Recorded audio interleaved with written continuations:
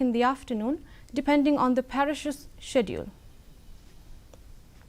In a heartwarming display of unity and compassion, Muslim youth in Lumdinjri, Shillong took to the streets today, the solemn occasion of Good Friday, to extend gestures of solidarity to their Christian neighbors.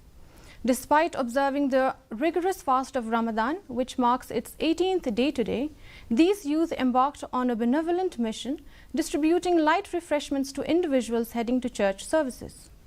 This remarkable demonstration of empathy and unity transcends religious boundaries, exemplifying the spirit of communal harmony that prevails in the culturally diverse fabric of Shillong.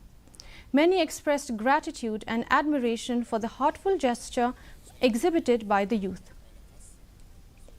The youth of Lumdinjiri decided that we will just take a small step of providing some juice, dates or water to the churchgoers.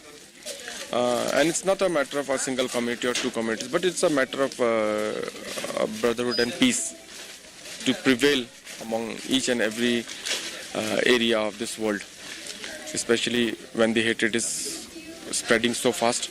It's just a small step from our side. And now